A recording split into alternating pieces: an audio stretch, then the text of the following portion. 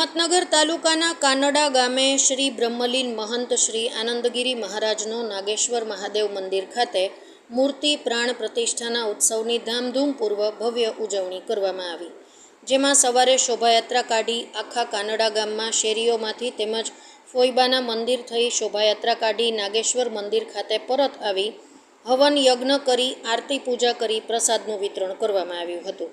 આ પ્રસંગ દરમિયાન લોકોએ બાપુની મૂર્તિના દર્શન કરી ધન્યતા અનુભવી હતી।